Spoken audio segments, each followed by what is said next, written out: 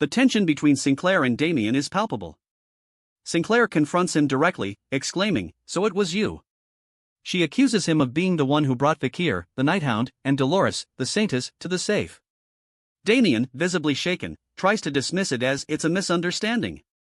He then attempts to explain his presence, citing widespread inflation in fake currency, stating he came to discuss this urgent matter with his brother. Sinclair's gaze remains unwavering, clearly unconvinced by his explanation. Damien attempts to smooth things over with Sinclair, pleading, "Please don't misunderstanding." He internally acknowledges her sharp instincts but knows he must avoid further suspicion. Sinclair, though still visibly unconvinced, eventually gives a reluctant, "Fine." But the focus quickly shifts as Damien looks down at the bloody, severed head on the ground, declaring, "That's not what's important right now." Sinclair then drifts into a memory, recalling a younger version of herself, pondering the one question she once wished to ask her father.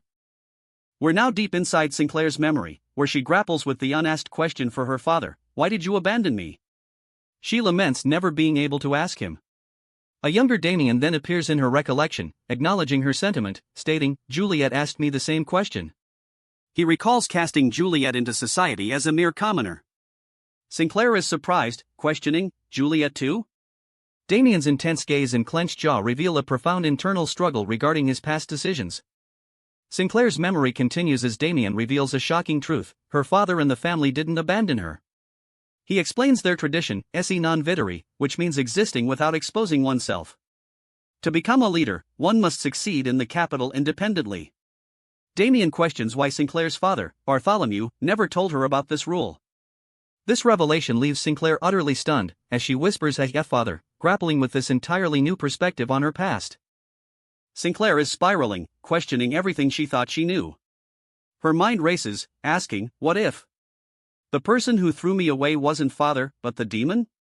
She grapples with the terrifying idea that her father might have been a demon, or that her entire past was a hallucination. A haunting image of a man with glowing purple eyes underscores her intense internal turmoil. Unable to make sense of the conflicting truths, Sinclair concludes, "I have no idea what's what." But believes the Night Hound, Vakir, surely does. Sinclair's internal turmoil reaches a turning point as she believes Vakir, the Night Hound, holds the answers she desperately seeks, declaring, "I need to see him again." Looking down at her father's severed head, she offers a solemn "Goodbye, father." With a powerful resolve, Sinclair proclaims her intention to take control, stating, "I will take over the family." This major decision sets her on a new, determined path as we move into the next chapter of the story. The area erupts in a frantic search as guards shout, "Search every nook and cranny," realizing someone has escaped the territory. Security measures intensify quickly. Elsewhere, Dolores sits with Vakir, expressing her worry, asking if leaving Sinclair behind was truly the right choice. Vakir reassures her, explaining that Damien specifically took the blame, stating Vakir was the sole perpetrator. This ensures Sinclair's safety, preventing her from being implicated. Guards are now spreading the official story that Vakir, the Night Hound, kidnapped Dolores and assassinated the patriarch. Dolores, however, is confident that Sinclair won't implicate them, believing anyone Sinclair tells about the truth will simply think she's gone crazy.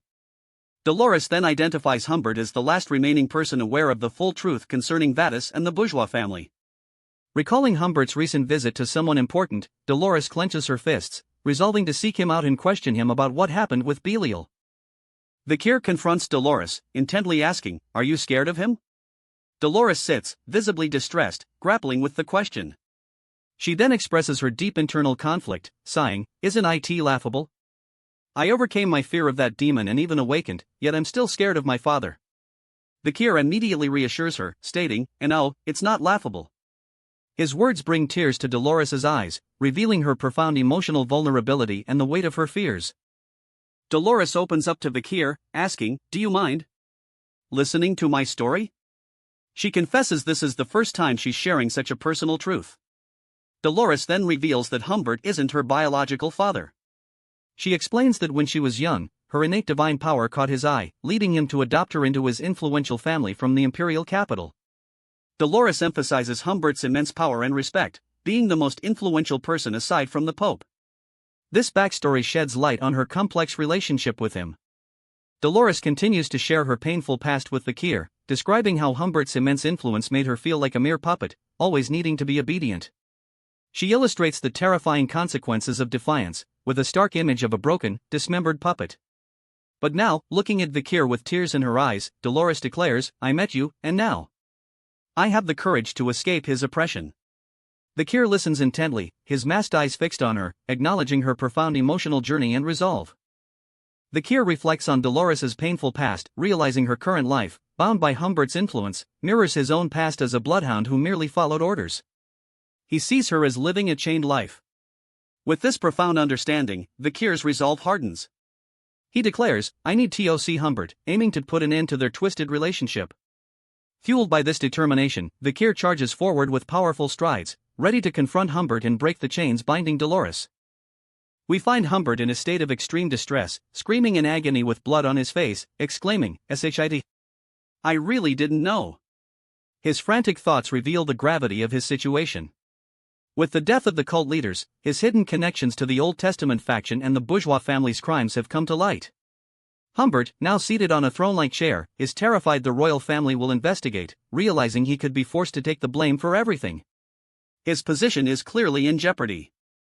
Humbert's terror reaches a peak as he recounts his futile attempt to threaten the demon, realizing his efforts were useless. He distinctly remembers understanding the entity was not human, but, without a doubt, a demon. Overwhelmed, Humbert is now seen on the floor, desperately pleading, I am sorry, and please, spare me. A powerful, glowing purple fist appears, and the demon offers help if the time ever comes when you will need help, hinting at a dark pact or future obligation. We're witnessing the chilling moment of Humbert's dark pact. The demon Belial, with glowing purple eyes, menacingly holds out a strange, eye-like object to a terrified Humbert, commanding, use this, you weak human. Humbert, looking distraught, receives this unknown gift, a glowing golden orb, and is allowed to leave alive.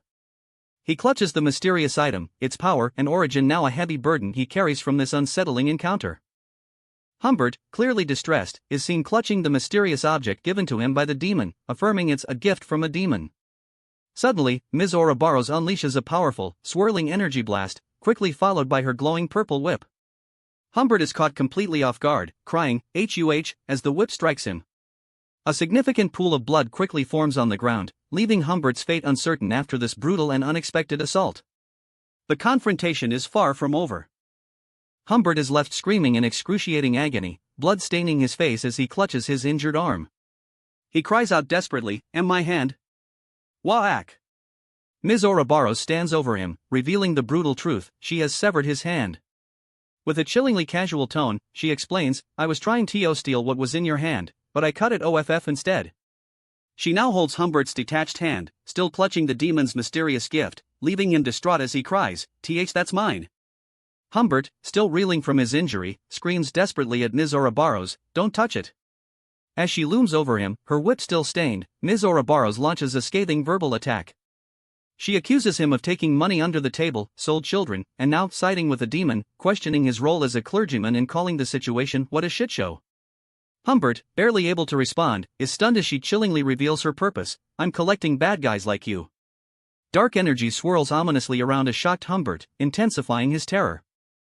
Humbert is sent hurtling downwards, screaming UGH, as Ms. Ouroboros pursues him relentlessly. He cries out in agony while she declares, don't worry, I'll teach you, too. Let's go back to the old era together. Humbert's face twists in pure terror, HEUK. Cuff. He's stunned by her chilling words, questioning, the old era? Ms. Ouroboros then makes her dark purpose clear, specifying she intends to take him to the Warring States period, a terrifying prospect. We can see Ms. Ouroboros holding the item and telling Humbert back when the Trulli Strong existed.